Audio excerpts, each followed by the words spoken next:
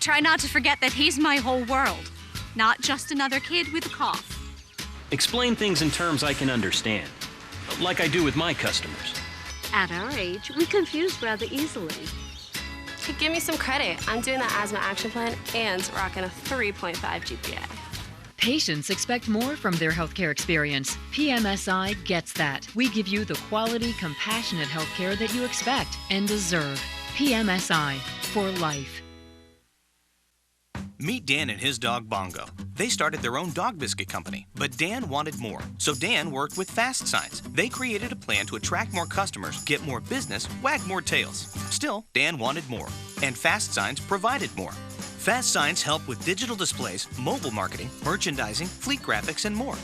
Now Dan has more sales, more locations, more of the good life. And more is exactly what Fast Signs delivers. More than fast, more than signs, more than 530 locations worldwide. Tired of the same old pizza shops and restaurants? Come bring the whole family for an experience unlike any other. Where else can the kids sail on one of 2 pirate ships and play with SpongeBob or Elmo in our 6,000 square foot family fun center while enjoying the area's best pizza, pasta, cheesesteaks, hoagies, salads, and much more from our huge menu? We pride ourselves in making everything from scratch and using only the finest ingredients. Book your birthday party or rent our banquet room that seats up to 50 people. Come try the boardwalk, where we bring the beach to Pottstown. Mishak Physical Therapy and Associates has a state-of-the-art, warm water, chemical-free aquatic therapy pool to decrease your pain and improve your function. Our pool uses an ionizing system with no chlorine, bromine, or other substances that may irritate the skin. Studies show that aquatic therapy can decrease pain faster, increase cardiovascular stamina, and improve muscle strength and flexibility. Mishak combines hands-on treatment with aquatic therapy to give you the best opportunity to recover. We serve patients of all ages with flexible hours and individual programs. Mishak Physical Therapy. We are here to serve you. For over 50 years, O'Donnell, Weiss & Mattei has helped our clients resolve a wide variety of legal challenges. OWM Law provides legal representation to clients throughout southeastern Pennsylvania. Our attorneys and our highly trained support staff utilize the latest technology and resources available to satisfy the needs of our clients. O'Donnell, Weiss & Mattei, delivering the highest level of professional service, conveniently located with offices in Pottstown and Phoenixville. Give me a 1. Give me a 2. Give me a 3. It's Pac10 on PCTV. Credo, 1, 2.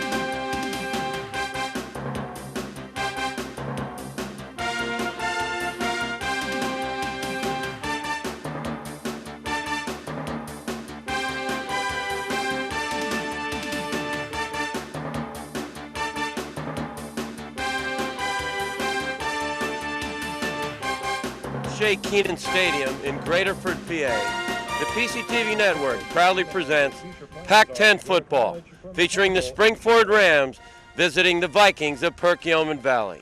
Hello, everyone. I'm Bernie Gallagher, joined by my partner, Dave Kurtz. Welcome to Viking Country, where tonight it's win and you're in the playoffs, and win and you could share the Pac-10 title. Now for the breakdown, first let's look at the visiting team.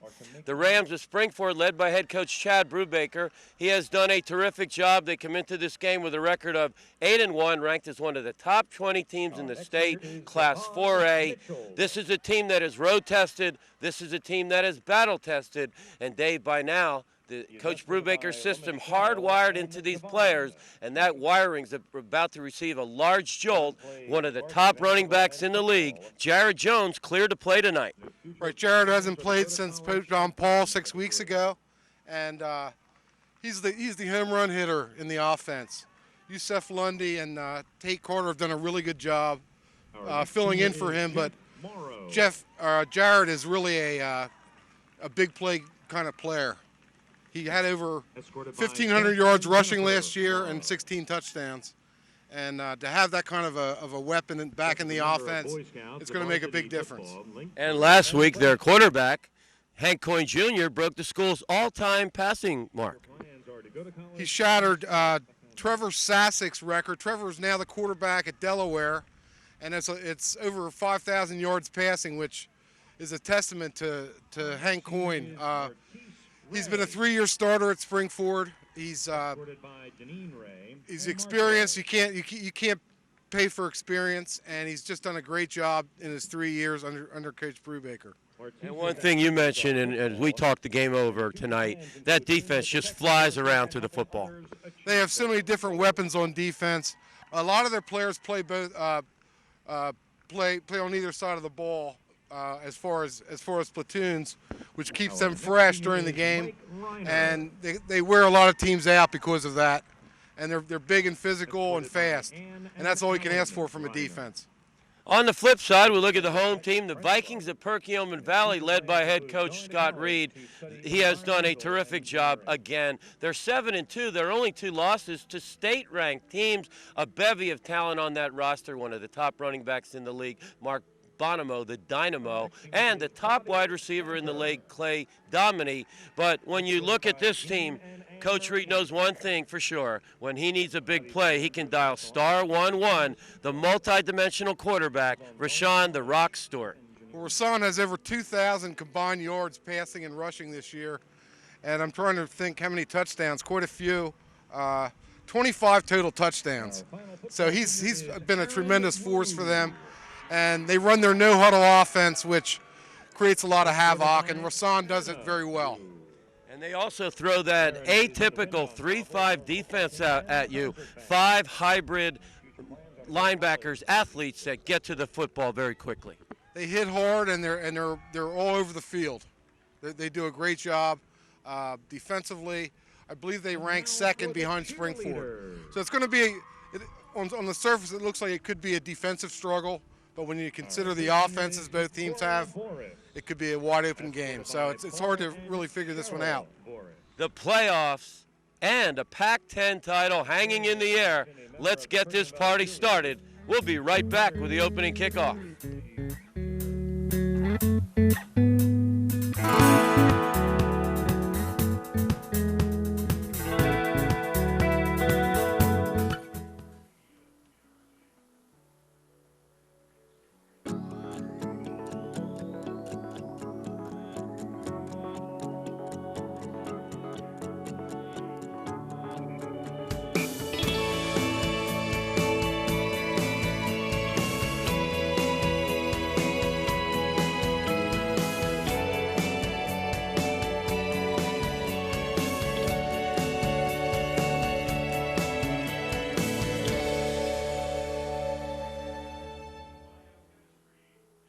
Are you tired of looking at that dark and dingy car you're driving?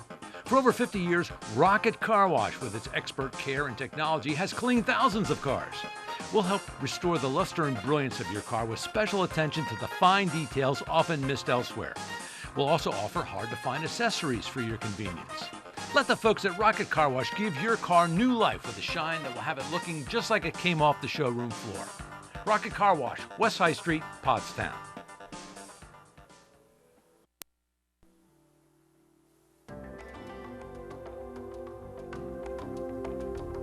Meet Joe Can Do That. Joe Can Do That can fix anything. He can fix your car. He can fix your vacuum cleaner. He can even fix your electrical problems. But do you really want him to? Call Gehringer Mechanical today for all your electrical needs. Joe Can Do That does.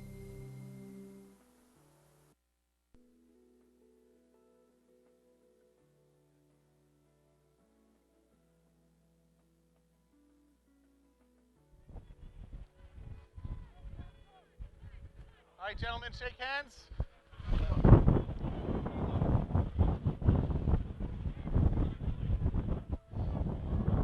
My name's Mr. Moran. I'll be your referee.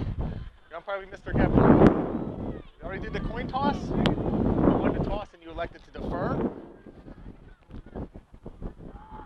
You'd like to receive. Which end of the field you want? You selected this one. So make a straight line right here, face your opponents. Springford has won the toss, elected to defer to the second half. Perk Valley will receive. All right, men, shake hands one last time. Wish good luck.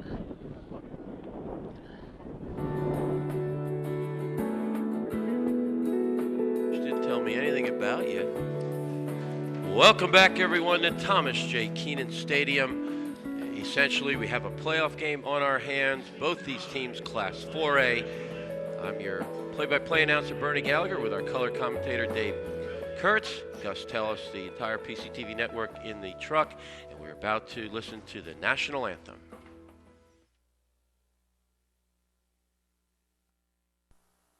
Catilla's Restaurant is located in the beautiful village of Sanatoga, just east of Pottstown. Catilla's Restaurant offers lunch, dinner, and takeout Tuesday through Sunday. Catilla's offers off-premise catering and corporate delivery, as well as our beautiful banquet facilities. The Creekside Lounge is open 6 days a week and features entertainment and good times. Catilla's Restaurant, relaxed dining with a view.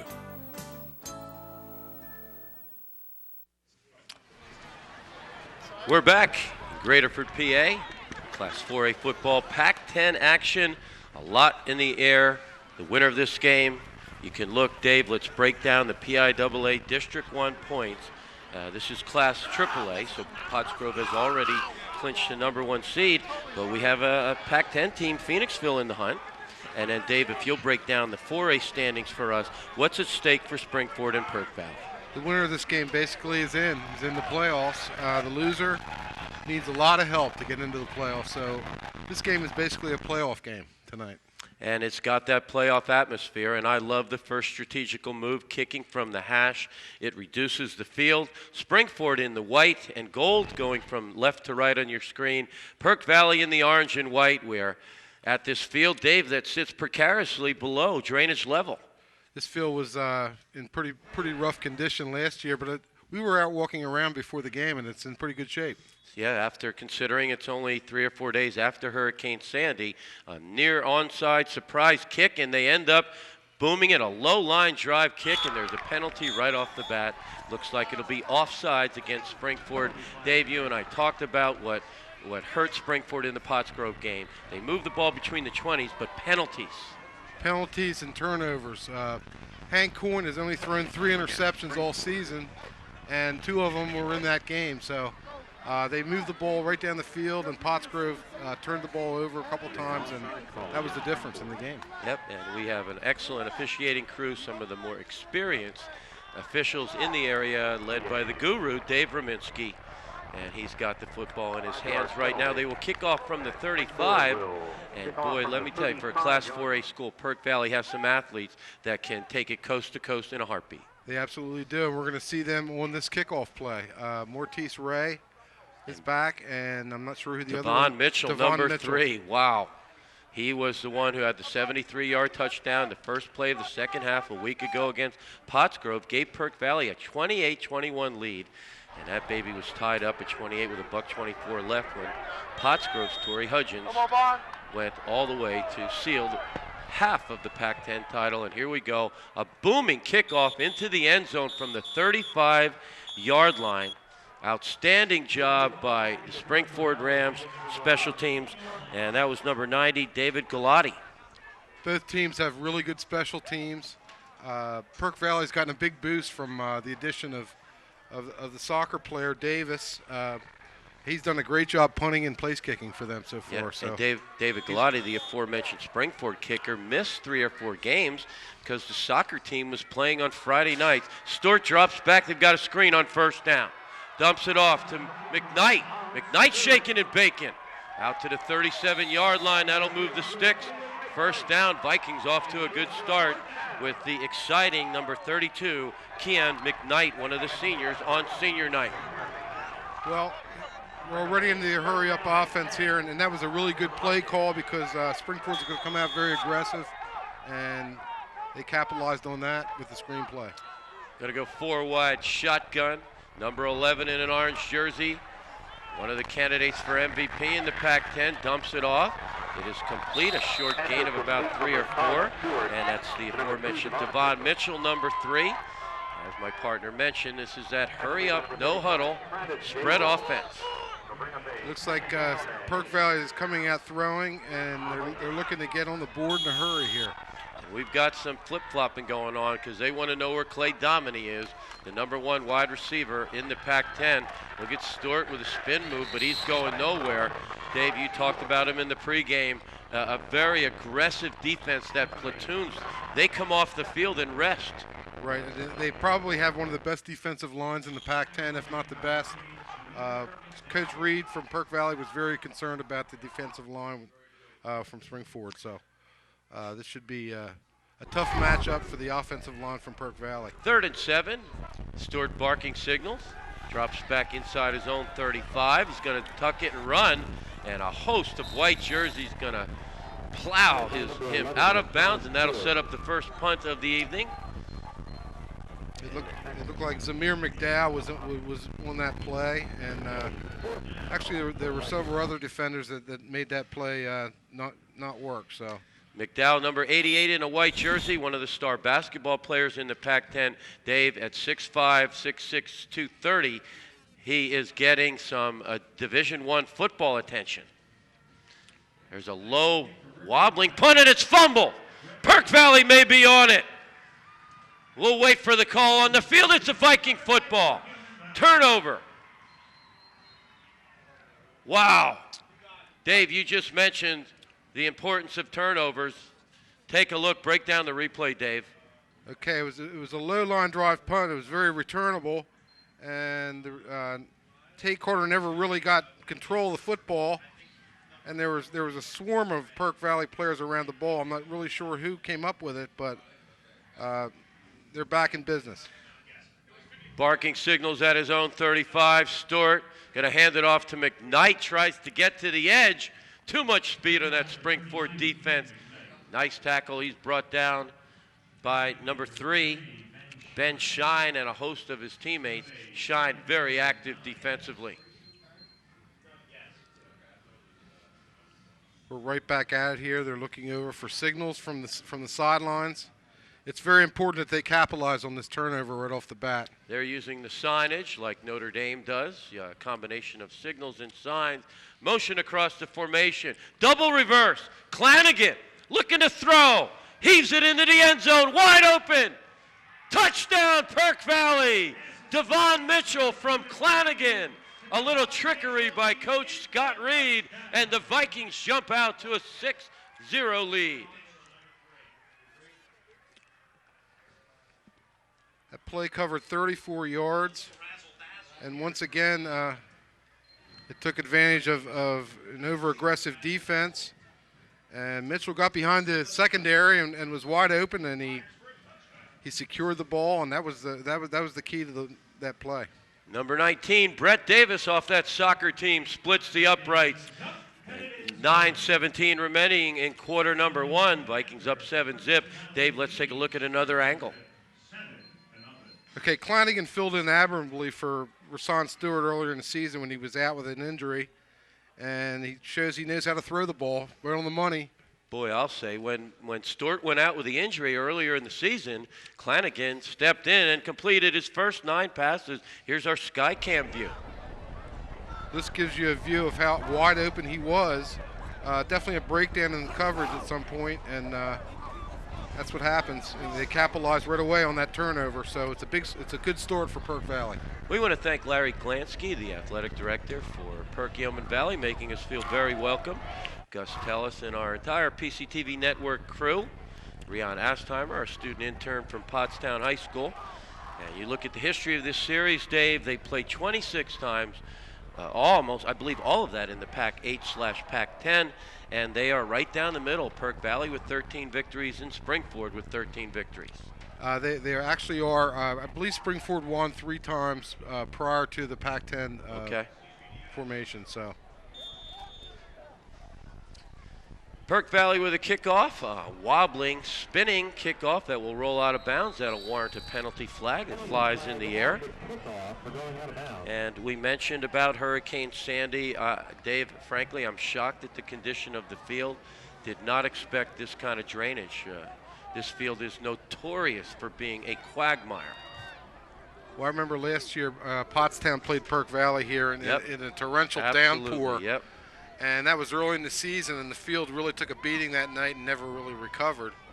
But it looks like they're going to force them to kick off again rather than take the ball to the 35-yard line.